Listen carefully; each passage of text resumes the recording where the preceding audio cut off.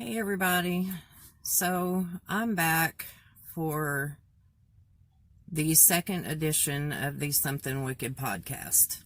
However, we are going to talk about the same subject, Calab Luckett. I felt really disingenuous about the last one. I felt like I didn't tell you the whole truth. So I think we need to redo it, and I think we need to tell the whole truth because somebody knows something. Now, before I start talking about this, I want anybody who is without sin to put your hand up. Now, I'm going to put mine down because y'all know better than that.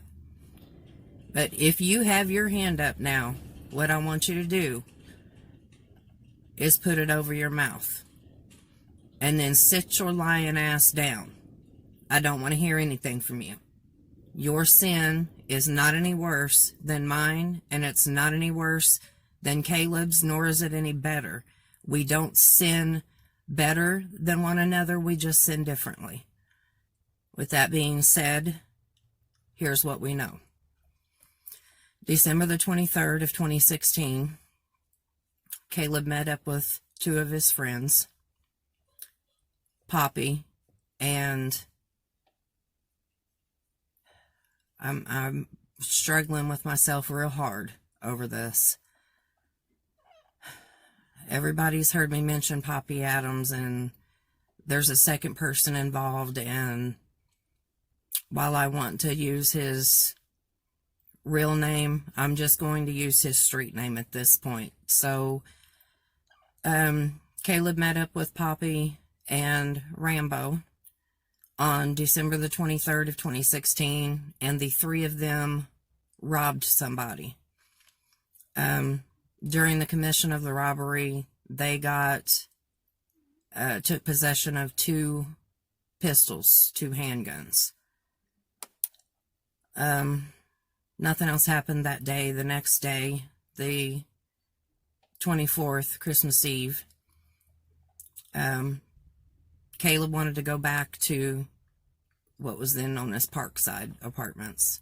He wanted to go back over there, and he got a ride from his brother-in-law,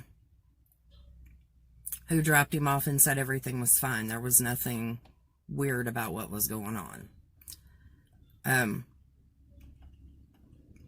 On December 24th, the person that was robbed by Calab, Poppy, and Rambo came looking for them. They actually knocked on the door of Poppy's mother, and she ran them off. On the 25th, there was an arrangement made, a meeting set up to sell the guns that he had, that the three had gotten in the robbery. Calab probably knew that something felt off and asked Poppy not to go. He asked him to stay behind. So Poppy was not there during the actual commission of the crime, and that's been said several times. It's not what Poppy did, it's what Poppy knows. He has said that, and his mother has said that. It's not what he did, it's what he knows. Well, he knows who he robbed, and that's the person responsible for the death of Calab Luckett. So now that you know that we know, talk to us. Somebody has got to speak up. Somebody has to say something. Was Calab known for, running with not the best crowd? Sure. Was he popping pills, and was he smoking weed? Yes. Was he displaying gang behavior? Yes. But does it matter? Does that matter? Does it matter that this went down during the commission of a crime? Because it doesn't to me. It's still somebody's child. You may look and see Calab Luckett as a little thug boy, But his mother sees that little chubby cheeked little boy that she remembers, that she brought up, because Caleb was a real person with real hopes and real dreams, and he had a smile that was, oh my gosh, I love his smile. I look at his pictures now and I just know that when he smiled, everybody smiled with him. They had to. I smile when I look at his pictures now. You know, that was a real person, and his mother misses him, and his brothers miss him, his sister misses him, you know. There's so many people that wish Caleb were here, and he's not. And he's not, unfortunately, because his death happened during the commission of a crime. Some of you will say turnabout is fair play, and that is definitely the attitude that Jeff Hells with the Evansville Police Department and lead investigator on Caleb's case. That's exactly the attitude he took, and that's why 3 years into this, nothing has been done. That's why nobody was ever taken seriously. It's time. It's time. It's time to stop running and tell what you know. Now, I've just told you what we know.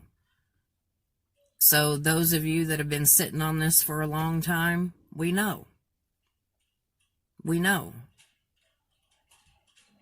It's time for y'all to sit still, sit down, stop running from it. It's not going to do you any good.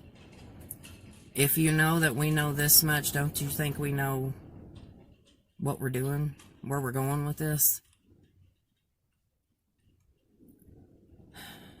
It's unfortunate that these are all young kids that got caught up in this. It's very unfortunate, because I truly, truly hope that everyone involved with the murder of Caleb Luckett sees justice for that. And unfortunately, that means that that's more lives that are affected, because there's another mother losing their son. You know, to the penal system, absolutely. Big difference than what Jennifer has gone through in losing Caleb, for sure. But a loss just the same. You know, once they're given life, they're not given the opportunity to touch their loved ones and stuff again. So, you know, and for all intents and purposes, they're gone. But that's what happens. That's why you guys have to start thinking before you start pulling triggers, man. This is not a video game. Life is not a video game. You cannot hit reset. Once you pull that trigger, you cannot pull that bullet back. What happens, happens. There's no extra lives. There's no refills on health. This is forever. It's forever, and it's not just a storyline that can be thrown away and moved on to the next storyline. All of these stories have lives attached to them, so it's time to step up and talk about what you know. I think I feel a little bit better about this one. I hope that each and every one of you, before you sit in judgment, will understand that if you're sitting in judgment from a religious point of view, stop it. God said if you've sinned against one of the least of these, you've sinned against all. That means there is zero difference in you stealing a cracker or popping that grape in your mouth as you were walking down the supermarket aisle than it is to rob somebody in God's eyes. And that's truth. So don't sit on your religious high horse. And if you'd like to sit on your judgmental high horse, please. You all have something that you are not proud of. I guarantee you. But the bottom line is, Caleb deserves justice. And we are going to do everything at Something Wicked Evansville that we can possibly do to make that happen. With all of that being said, I guess that kind of wraps up part 2 of the Something Wicked podcast. Y'all know how we do it. Stay safe, stay wicked. We love you.